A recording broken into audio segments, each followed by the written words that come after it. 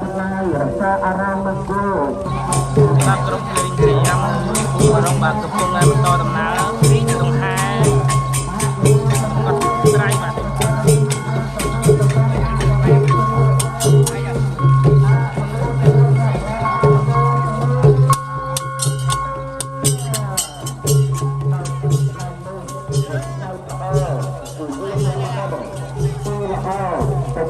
ទៅបរិកាសទៅចឹងទៅជួបអ្នកមានជំនឿក្នុងសំណាក់ព្រះពុទ្ធសាសនា